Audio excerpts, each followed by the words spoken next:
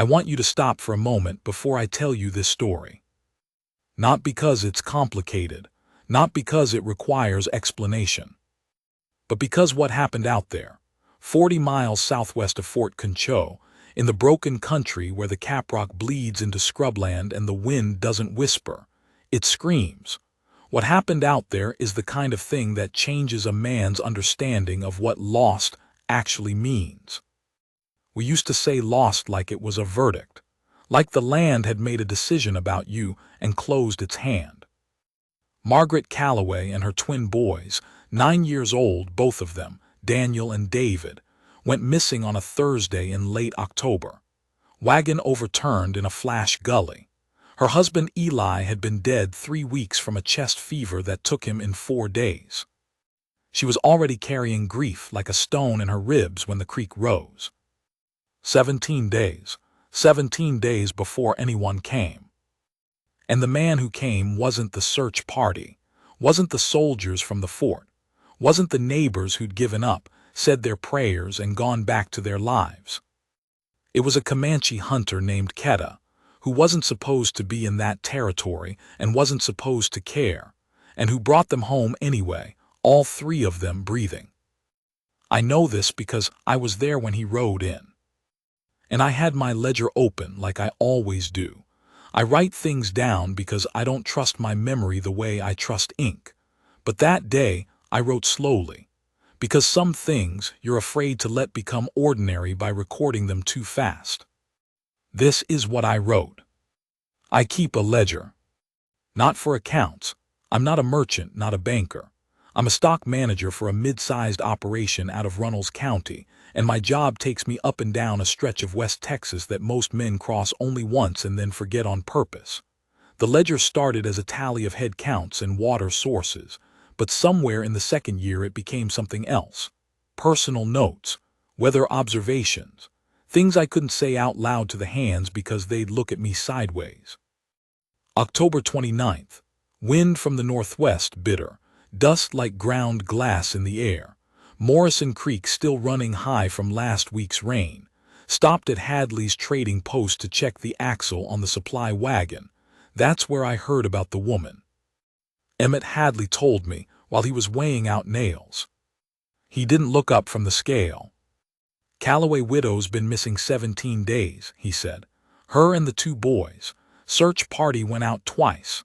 Soldiers from Comanche did a sweep. Nobody's found the wagon, nobody's found a body, nobody's found a boot. He said it the way men out here say most things, flat, factual, with the emotion pressed out like water from a wrung cloth. But his jaw moved after he was done talking, just slightly. The kind of thing you notice when you write things down. What do people think? I asked. He set the nails aside. What people think and what they say are 2 different things. I understood him. I wrote it in my ledger that evening by firelight. What people think and what they say are 2 different things. I'd heard about Eli Calloway's death.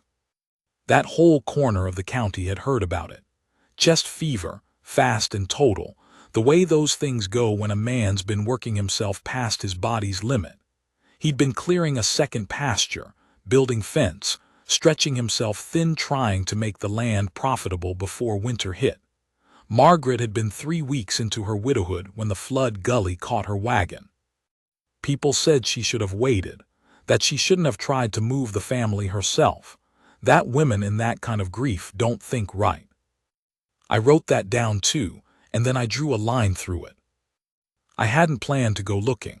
It wasn't my land, wasn't my responsibility, and I had 40 head to get to a holding pen near Colorado City before the week was out.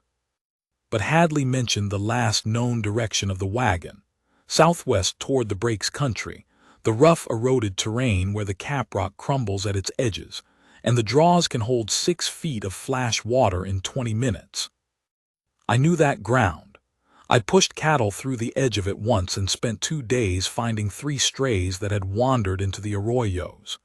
Deep channels, shadowed walls, mesquite so thick you could hear a man shouting from 20 yards and still not find him. I told Hadley I might detour a few miles on my way through. He looked at me for a long moment. She's been 17 days in the October cold with 2 9-year-old boys. I know. You don't expect to find them alive. I didn't answer that. I just put my ledger back in my coat pocket and walked out to the wagon. The truth, and I've made a rule to write the truth, even the ugly parts, was that I didn't expect much. 17 days in that country, with a woman in acute grief and children who just lost their father, with flash flooding and nights that had been dipping to near freezing for the past 2 weeks. The mathematics of survival in my head weren't favorable. I was going to look because not looking felt wrong.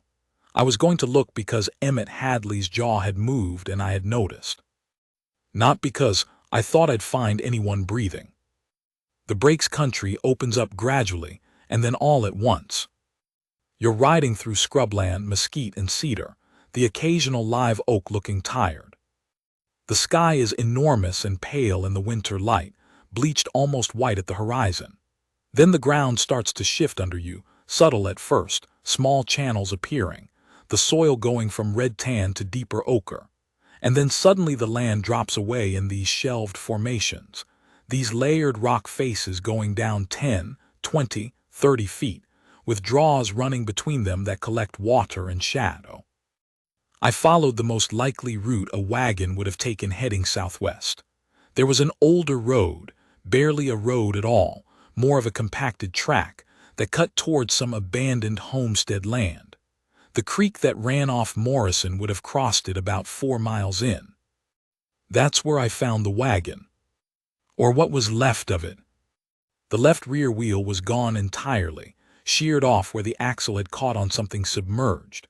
The wagon had tipped on its left side and been carried maybe 30 feet downstream before the flood receded and left it wedged against a rock shelf. The canvas was half gone, torn by current or by thorns. The supplies, what remained, were rotten or scattered. A child's boot was caught in the spokes of the remaining front wheel. One boot, small, laced with a strip of darker leather at the top. I got off my horse. I stood there for a long time. I didn't write in my ledger right away. I just looked at the boot.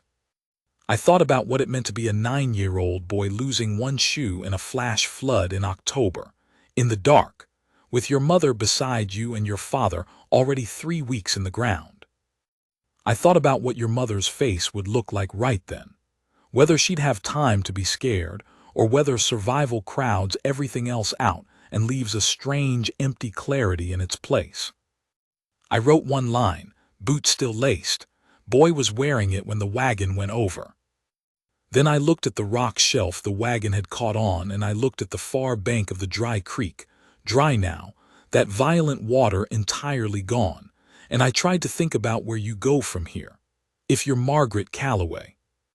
If you have 2 wet, terrified children and one of them is missing a shoe, and you don't know how far from help you are. You go up, I thought. You go up out of the creek bed because you don't want to be caught in it again. You look for shelter from the wind. You look for something you can burn. I crossed the creek and started up the far bank. The tracks were almost gone. Whatever they'd left in the first day or two had been partially erased by a subsequent rain. Not a flood, just a slow, steady rain, the kind that falls for 8 or 10 hours and smooths everything. But in the more sheltered places, under the caprock overhangs, in the spaces where the clay was protected from above, I found partial impressions.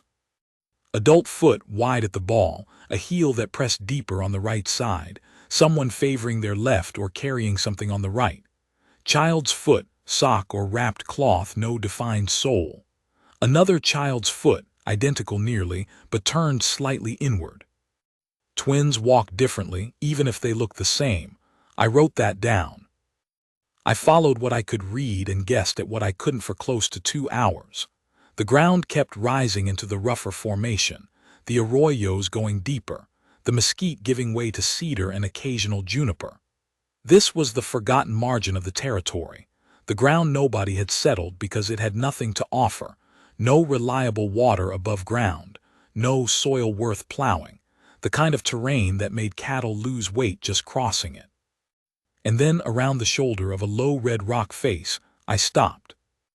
There was a fire, A very small fire, more coals than flame, carefully contained in a ring of flat stones in a depression in the rock face that served as a natural windbreak. Smoke barely visible, thin and pale, the kind of fire someone had worked hard to keep small. And sitting with her back against the rock wall, legs drawn up, a wool coat wrapped around two sleeping shapes pressed against either side of her, was a woman I'd never seen before in my life. She had gray-streaked dark hair loose from whatever it had been pinned in. Her face was weathered and thin, with the particular gauntness that comes from days of stress rather than years of hardship. Her eyes were open. She was looking directly at me. For a moment, neither of us moved. Her hand, I noticed, was resting on a long piece of mesquite wood, a branch she'd shaped or found and positioned in the time she had, just resting on it, not raised, not threatening. "Ready?" "Margaret Calloway," I said. Her chin moved slightly, not quite a nod. "My name's Raymond Jest. I'm a stock manager out of Runnels County. I came from Hadley's trading post." I kept my voice low and even. I'd talked to frightened animals in this same register for years, and I was aware that I was doing it, and I was not going to apologize for it. "I found your wagon." One of the shapes against her, a boy, I could see now, dark-haired, cheek pressed against her arm, stirred and made a small sound. She moved her free hand to his head.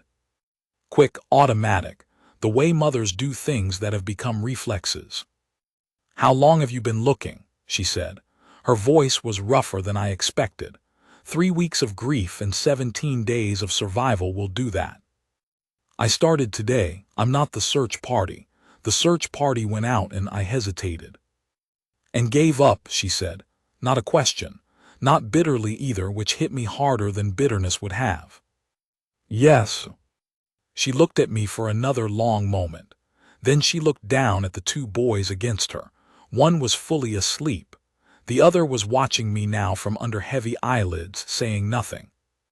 "David lost a boot," she said. "In the water. His left foot's been wrapped in part of my underskirt for 2 weeks. He hasn't complained once." I thought about what to say to that. I wrote later that evening. She told me about the boot before she told me she was hungry, before she told me how she'd made fire without matches, before she told me about the third night, which she described only as the one where I stopped being afraid and started being angry, and that was better. Before all of that, she told me about her boy's foot. I didn't write what I felt right then.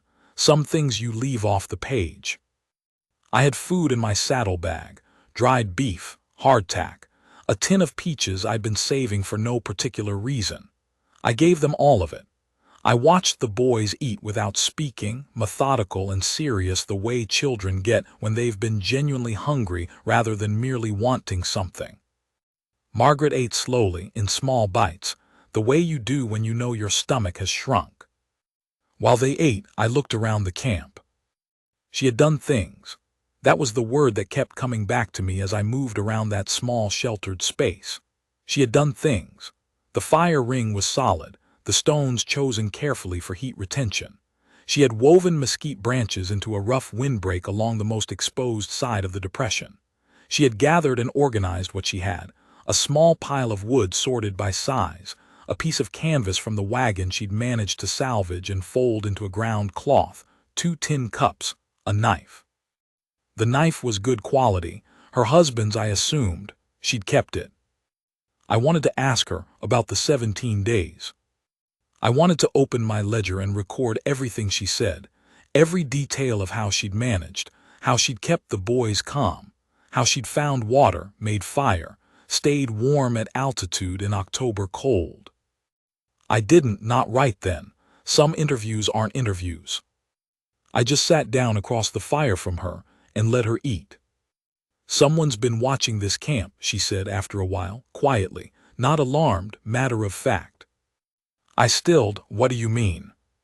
2 days ago, yesterday, this morning." She looked at the open ground beyond the rock formation. "He doesn't come close, he just watches. Comanche, I think. I can't see well enough to be sure." I looked out at the broken country. empty as far as I could see, juniper and rock and the pale winter sky. He hasn't come toward you. No. Have you? I wasn't sure how to frame the question. He left meat, she said. Night before last, 3 rabbits already dressed hung on a cedar branch at the edge of the camp. She paused. I didn't go to look for him, I didn't call out, I just took the rabbits. I sat with that for a moment. I wrote, she accepted what was offered without making it more complicated than it was. The rabbits fed her children. She took them. I think there's a whole theology in that. I should explain something about the Comanche presence in that part of West Texas in the late 1870s.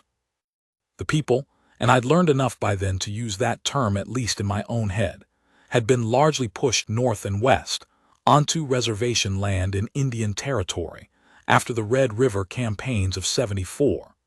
What remained in the Texas Breaks country were small hunting parties, mostly young men moving through traditional ranges in ways that the treaties technically prohibited, but that the land itself seemed to insist on. The Army knew about these movements. Most of the time, they didn't pursue aggressively unless there was trouble. This is context for why I wasn't immediately alarmed when I started scanning the Caprock ridgeline above us and saw, quite clearly, the silhouette of a man on horseback against the pale winter sky. He wasn't hiding. That was the first thing.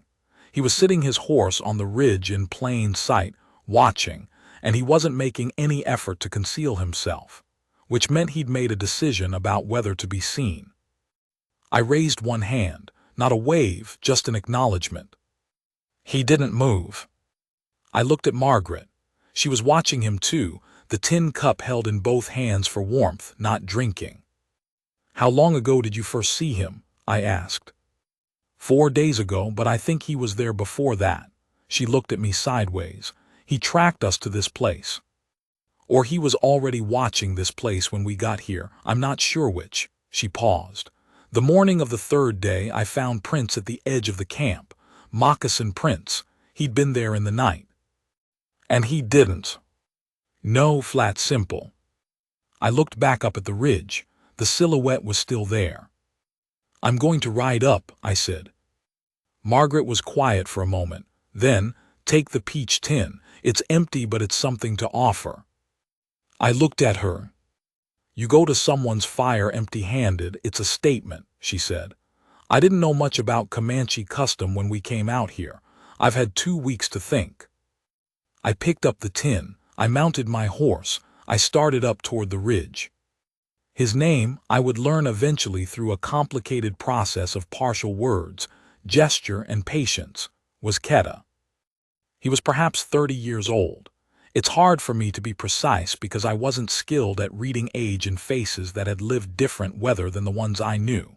He was lean in the way of men who move constantly, with a stillness that wasn't passivity. It was more like the stillness of something that could move very fast and was choosing not to. His horse was a grulla mare, mouse-colored, with a braided cord for a rein. He watched me ride up without expression. I held out the empty peach tin. He looked at it, looked at me. Something moved in his face that I couldn't read. He took the tin, turned it in his hands, set it on the pommel of his riding arrangement. It wasn't a saddle in the American sense, more of a padded riding seat, and looked at it. Then he looked back toward the hollow where Margaret and the boys were. I said in the approximate Comanche I'd picked up from a mescalero man named Tana who'd worked at the trading post 2 years back. The woman, mother, and 2 children. I pointed. 17 days. I didn't know the word for lost, so I just pointed at the ground and made a helpless gesture. He turned and looked at me with something that might have been amusement or might have been judgment. I genuinely couldn't tell. He said something, 3 or 4 words. I caught one of them, maybe. Something close to a word Tana had taught me that meant approximately I know, or it is known, or this was already seen. The Comanche relationship with knowledge and observation being more present tense and embodied than our phrasing captures. You've been watching them, I said, gesturing again, watching over them. He didn't respond to that. He looked at the tin again. He looked at me. Then he turned his mare and started down the far side of the ridge. I thought he was leaving. He wasn't. He circled, came around the rock formation from the north, and rode directly into Margaret Calloway's camp. What happened next is what I struggle most to write accurately. Not because I don't remember. I remember with the kind of clarity that comes from watching something while simultaneously knowing you're watching something you'll spend years trying to describe. Keta dismounted. He didn't wait for invitation. He moved to the fire, the small, careful fire that Margaret had maintained for 17 days, and crouched beside it, and began feeding it with the methodical attention of someone who understands fire the way some men understand horses, not as a tool but as a relationship. Margaret watched him. She didn't move back. She didn't reach for the mesquite branch. The boy who'd been asleep, Daniel, I'd figured out, the one with the slightly rounded jaw, the one who moved with more caution, woke up and looked at this stranger crouching at their fire. He pressed back against his mother's side, but he didn't make a sound. David, the one with the wrapped foot, was fully awake now, watching with that exhausted directness that children have when they've been through enough to strip away performance. Keta looked at him, at the wrapped foot. He said something, one word. David, apparently deciding that word was meant for him, held up his foot. Keta moved closer slowly and looked at the wrapping. He said something else. It had a questioning rise to it. David looked at his mother. Margaret said, "You can look." Keta carefully unwrapped the strip of underskirt from David's foot. The skin beneath was pale and abraded but not frozen, not infected. Margaret had done something right in how she'd kept it wrapped and protected, and the October cold had worked against infection in its own brutal way. Keta examined the foot with both hands, which were calloused and careful. He pressed gently at different points on the sole, the arch, the toes. David winced once, made no other sound. Keta looked at him with something I can only describe as acknowledgement, not pity, not praise, just I see you and what you're doing is real. He rewrapped the foot, better than it had been, the pressure more evenly distributed, the knot on the outside of the ankle instead of the top. He stood and went to his horse and retrieved something from behind his riding seat, a bundle of cured hide, folded. He set it by the fire and gestured at David's foot, and then at the bundle, and then made a wrapping motion. Margaret said quietly, "Thank you." He didn't respond to that, but his hands, when he turned to the fire again, were less precisely controlled than they'd been, just for a moment.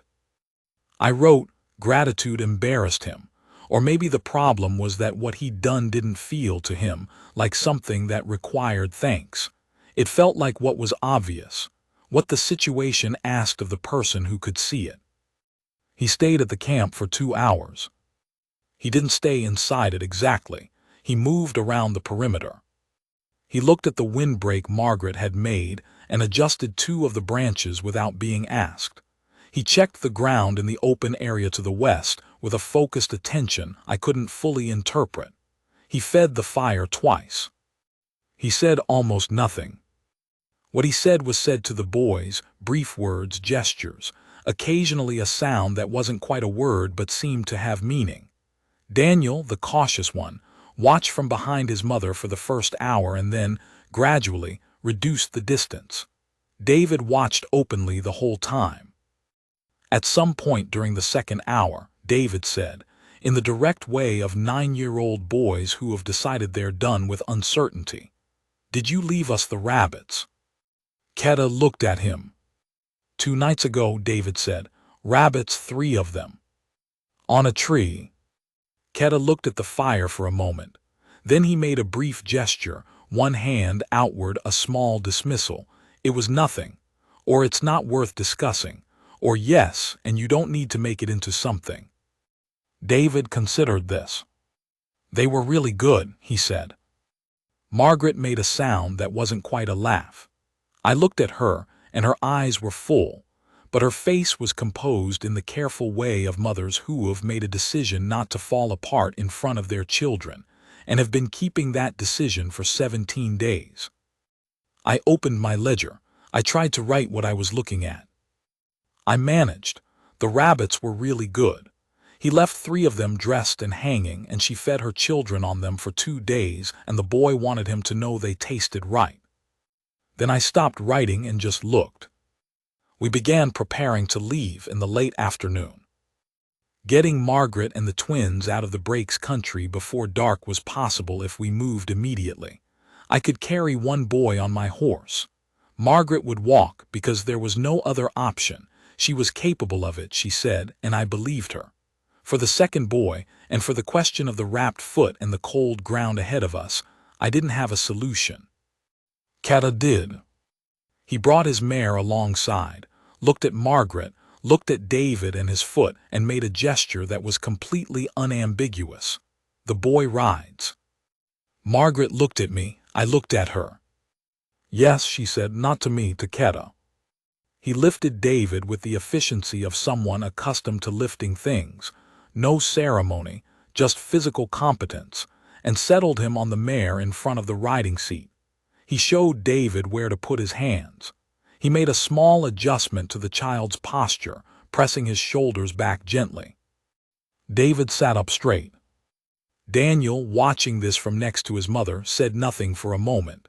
Then he reached up and took his mother's hand. Not to comfort himself, I thought, to comfort her. Margaret looked down at him. Something moved through her face that I didn't write down. Some things you leave off the page because the page isn't big enough. We moved out. Keta walked his mare. He didn't ride. He walked alongside it, 1 hand on the lead rope, and he walked at a pace that Margaret could maintain. Every time the terrain roughened, a loose slope, a hidden step in the rock, he moved slightly toward the mare so that David could see where to hold, or he moved slightly toward Margaret so that she could see the right footing without having to ask. He navigated without visible consultation of anything. No hesitation at intersections of draws. No doubling back. He moved through the caprock like someone reading text in a language the rest of us didn't have. Daniel walked beside his mother. He had taken her hand again and he kept it. I walked my horse on the other side. The sun dropped toward the western cap, and the light went gold, and then copper, and the shadows in the draws went blue. The cold sharpened, we walked. I thought about Emmett Hadley's jaw moving when he told me what people said and what people thought. I thought about the ledger I'd been keeping for 2 years, and whether it was really for record keeping or whether it was for this, for having somewhere to put things that had no natural home. At some point in that walk in the fading copper light, Daniel, the cautious one, the one who'd taken an hour to reduce the distance from the stranger, looked around his mother at Keta and said, "Are you going to come to our house?" Keta didn't look at him immediately. He looked at the ground ahead. Then he looked at Daniel. He said 1 word. I didn't know what it meant. Daniel seemed satisfied with it. He turned forward and kept walking. What the ledger doesn't close. We reached Hadley's trading post after full dark. Emmett had a lantern burning on the post's porch railing, had kept one burning every night since the Calloway woman went missing, I later found out, without ever saying so to anyone or making any comment about it. Just a lantern, night after night, against the dark. When we came out of the dark into the light of it, he stepped down off the porch and stood in the yard and looked at us for a long time. At Margaret, thin and upright, walking on her own legs. At Daniel keeping pace beside her. At David on the Grulla mare. At Keta leading the mare with that same economical attention. Emmett said nothing for a moment. Then he said to no one in particular, "Well, that was all." He turned and went inside, and when he came back, he had blankets, and he had a pot of something that had been on his stove, and he had a look on his face that I recognized as the expression of a man who has worked very hard not to hope, and is now suffering the unexpected consequences of that discipline. Margaret Calloway sat down on the porch step and let Emmett drape a blanket around her and didn't say anything. Daniel pressed against her left side. David, lifted down from the mare by Ketta and set carefully on his wrapped foot, pressed against her right. She put her arms around both of them. She looked out into the dark, and then she looked at Ketta, who was standing at the edge of the lantern's reach, holding his mare's rope. "Will you?" she started. He shook his head, small, definitive. She looked at him for a moment. Then she said something I didn't expect. She said, "My husband's name was Eli. He was a good man. He would have wanted to meet you." Ketta was still for a moment. Then he made a gesture I'd seen him make once before, that one-hand outward motion, small and dismissive and meaning something more than dismissal. It was nothing, or he knows, or something between the two that the language didn't have a house for. He turned. He led his mare back into the dark. I stood there and watched the lantern light contract as he moved away from it. I watched until I couldn't hear the mare's feet on the ground anymore. I had questions. Of course I had questions. I am a man who keeps a ledger. I am constitutionally incapable of letting things go unexplored when there's still ink and time. But that night I let the questions sit. I sat on the trading post porch and drank Emmett's coffee and watched Margaret feed her sons from the pot and wrote only small things.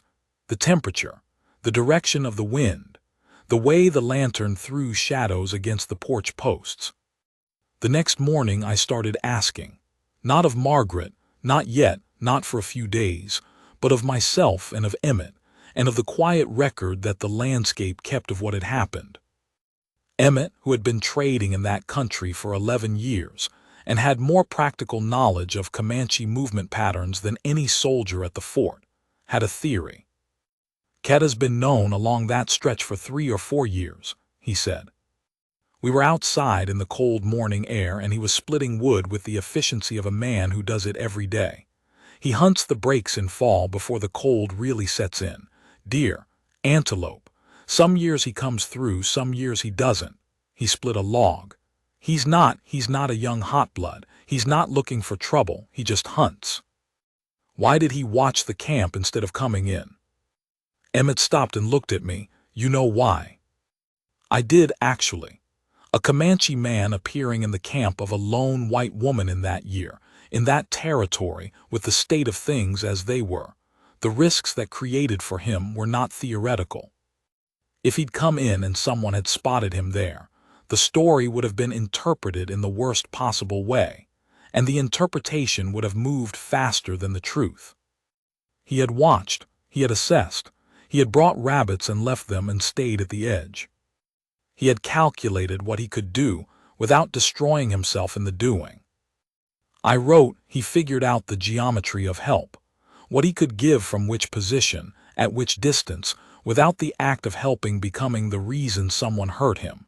He threaded it. Margaret talked to me on the 3rd day. She was stronger by then.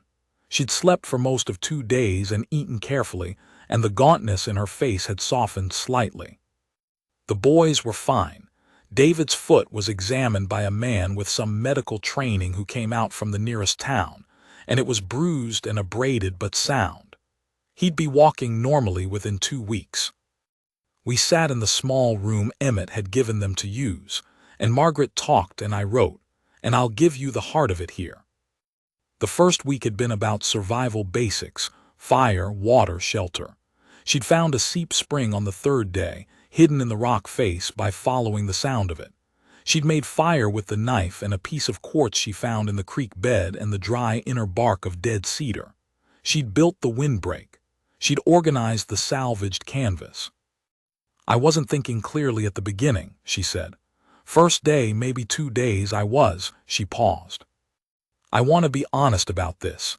I wasn't making good decisions. I was making panicked decisions. We moved too much. I burned too much wood, keeping the fire bigger than it needed to be. I wasn't thinking about tomorrow." "What changed?" She looked at her hands. "The night I was talking about, the 3rd night, when I stopped being afraid and started being angry." She looked up. "I got angry at Eli." I waited. For dying, she said, flat and steady. For dying and leaving me out here with 2 children in October. I know that's not fair. I know he didn't choose it. But somewhere in the 3rd night I stopped grieving and I started being furious. And the fury was useful in a way the grief wasn't. I wrote that down. I thought about what he would have done, she said. What he would have wanted me to do. And then I got angry at that too because he wasn't there to tell me and I had to figure it out myself. So I did. She looked at the window. The boys they were steadier than me. That first week especially, Daniel and David were more settled than I was. I don't know if children understand danger less or if they understand it differently. They just kept doing the next thing. Whatever I told them the next thing was, they did it. David's foot. He wrapped it himself after the first time I showed him. He kept it clean. He kept up the walking pace for 17 days on a foot that was hurt and cold. She said it not with pride exactly, but with something deeper, a kind of reckoning. A mother learning something about who her children were. You survived, I said. She looked at me. We were also found, she said. It's not only surviving, someone found us, that matters. I wrote that down too. And then I wrote, she's right. We tell stories about survival and we often tell them as if the rescued person simply endured long enough for the world to catch up. But she's right. Being found is not the same as not dying. Someone has to come. On the 4th day, I started for Colorado City with my cattle. I had an additional 3 days of travel ahead of me, and I had already cost my employer more time than I could justify. I said goodbye to Emmett, who shook my hand and didn't say much, which was his way. I said goodbye to the twins, who were playing in the dirt outside the trading post with a focus and contentment that made something in my chest ache. Margaret walked me to my horse. We stood there for a moment without talking. I don't know how to find him, she said. Ketta, I don't know how I would if I wanted to thank him properly, if there was something. He wouldn't want it, I said. She thought about that. No, I don't think he would. She looked toward the southwest, toward the Breaks country. I think what he wanted was for the rabbits to be enough. They were, I said. Yes, she said, they were. I mounted up, I settled in. I pulled my ledger from my coat pocket and wrote one line, right there, with her watching me write it. The rabbits were enough, and she knew it and he knew it, and the rest is silence, and that is not a failure. I put the ledger away. She stepped back from the horse. She looked at me with the clear, exhausted eyes of a woman who had crossed something she wasn't going to be able to uncross, who had found her anger in the 3rd night and used it to keep her children alive, who had accepted rabbits from a stranger at the edge of the firelight without requiring him to explain himself. Come back through sometime, she said. I said I would. I rode southwest for a while before I turned northwest toward Colorado City. I don't know why exactly. Maybe because I wanted to go back through the Breaks country one more time, through the Caprock and the arroyos and the cedar and the deep draws. I went back to the place where the wagon was. The small child's boot was still caught in the spokes of the wheel. It hadn't moved.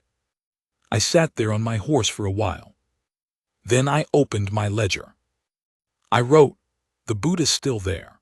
The boy who wore it is at Hadley's right now learning to walk right on a foot that held for 17 days in the October cold.